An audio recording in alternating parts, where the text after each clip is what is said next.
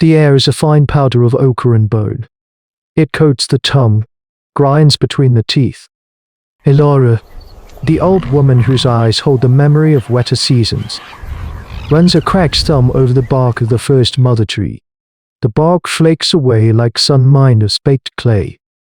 Above, its few remaining leaves are brittle and yellow, a death rattle against a sky bleached of all color. For the clan of 30 minus to Homo sapiens, this is the slow, silent end of the world. Their world, the grove, is dying. It is not a sudden violence, but a gradual strangulation by a sun that no longer shows mercy. The stream, once the silver thread that stitched their lives together, is now just a scar of dry, fractured mud where desperate insects crawl and die. This is the brutal reality of prehistoric life on an ancient earth in flux. Kale, his shoulders broad from a youth spent hurling spears, doctors a sharp and digging stick into the streamhead. The thud is dull, final. He and 2 others have been at this for days, chasing a phantom wetness, a memory of moisture. They pull the stick out. The end is coated in dust, nothing more. He looks at Elora, his gaze a question she has no answer for. It is the same question in the eyes of the mothers who ration the last drops from their water skins, whose children's cries are thin and reedy. The relentless heat has baked the life from everything, a form of ecological succession that favors only thorn and drop. The small game has vanished, following the water into myth. The great herds that once thundered past their valley are now just memories etched onto cave walls, ghosts of a greener time. This grove is more than shelter. It is a cathedral of living memory, a ritual landscape where their human ancestors are buried. Beneath the roots of the first mother rests the clan's founder. Beside the silent stream, the stone cairn for Mora, who sang the herds to a standstill. Each tree, each stone, is a verse in the long, unwritten story of their people. To leave this place is not just to move camp. It is to tear out their own hull, to unminus become. This is the hard choice that hangs in the shimmering air, unspoken but felt by all.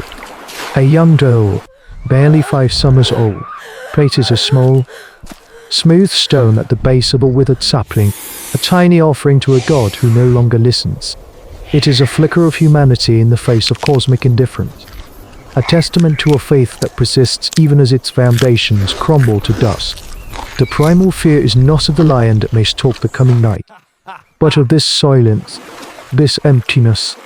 It is the fear of being forgotten, of having their entire lineage erased by the wind. The decision is not spoken. It arrives like the dawn, a slow, shared realization that bleeds into the clan's awareness. It begins with Elora. She rises from the base of the first mother, her movement stiff with age and sorrow. She walks to her small shelter and returns with a hide pouch. From it, she takes a lump of red ochre, the color of blood and life, ground to a fine powder generations ago. This is the beginning of the end. The clan gathers, drawn by the gravity of her purpose. There are no orders given, but each knows their part.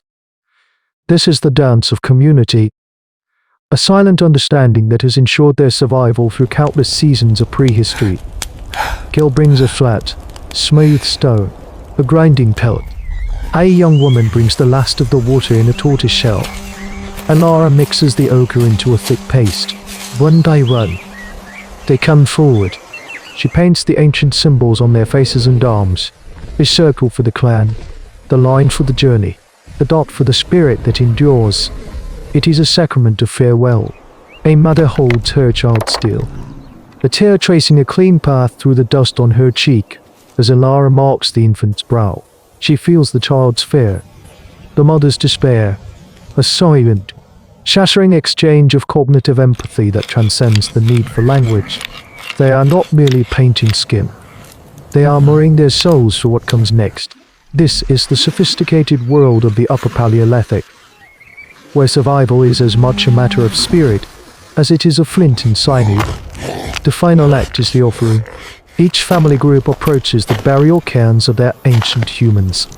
They do not have much. A perfectly formed flint blade, its edge still sharp enough to split a hair, is laid upon a grandfather's grave, a necklace of polished river stones, worn smooth by a lost child's touch, is coiled at the base of the first mother. These are not trinkets. They are pieces of their lives, imbued with memory and effort. To leave them behind is an act of profound altruism, a sacrifice to honor the past while freeing the living for the uncertain future. It is a hard choice, severing the tangible links to their history to preserve the lineage itself. The last to come is Kale. He lays down the spear that brought down the great Minas-horned bison, its shaft darkened with the sweat of 100 hunts. He touches the wood one last time, then turns away without looking back. The sun beats down, baking the offerings into the landscape, artifacts for a future no one here can imagine. The grove is now a tomb, silent and consecrated. Elara gives a single, sharp nod. The emotional turning point has passed. The time for grief is over. Now is the time for survival. The new world is bone minus white and hostile. They move across a pan of cracked earth under a relentless sun. A small, shuffling line of 30-2 souls adrift in a sea of heat and dust. The vibrant ecosystem of their grove is a distant memory, replaced by the stark realities of prehistoric animals adapted to this arid hell. Scorpions, hardy snakes, and vultures that circle with infinite patience. Their survival skills are tested daily. The hunters, led by Tail, must learn new tracks, new rhythms. The prey here is smaller, faster, and offers less. Days are measured in hunger. This is the raw, unvarnished story of human evolution, a process written in scars and empty bellies. The true test, however, is not of the body but of the spirit. The first night away from the grove is the hardest. There is no first mother tree to shelter them, no ancestral stones to ground their dreams. There is only the vast, indifferent sweep of stars and the chilling cries of unseen predators. The primal fear of placelessness settles upon them. A child begins to weep, a thin, desolate sound that echoes the clan's collective heart. It is Elara who answers the call. She gathers them close to the small, precious fire, its flames a flickering beacon against the immense darkness. She does not offer false comfort. Instead, she begins to speak. Her voice is raspy, but it carries the weight of generations.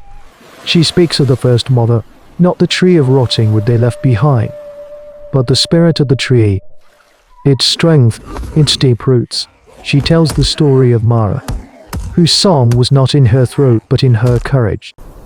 This is the moment of invention, the birth of a portable faith. An oral tradition is being forged in the crucible of their loss, a way of carrying their sacred grove not on their backs, but in their minds. This act of cultural transmission becomes their new ritual. Each night, a different story is told. Kale speaks of the great bison hunt, his words painting the beast's power so vividly they can almost feel the earth tremble. A young mother sings a lullaby her own mother sang to her, its melody a fragile thread connecting past and future. They are no longer just a scattered group of early humans. They are a living library, a walking history. Their intelligence is not just in the napping of ancient tools from flint, but in this cognitive leap, the understanding that a place is not just soil and stone, but a story you tell yourself about who you are. We are the witnesses here, invited to sit by this flickering fire of hominid history, to listen as these human ancestors discover that memory is the one landmark that can never be turned to dust. This is a profound point of anthropology, the moment culture becomes untethered from geography, allowing a people to endure. They are learning to carry their gods within. We pull back from the small fire, the figures dissolving into the immense darkness of the Pleistocene. Their journey is far from over. Many will soul. Their new world will demand a heavy price for every mouthful of water, for every moment of peace. But something fundamental has shifted.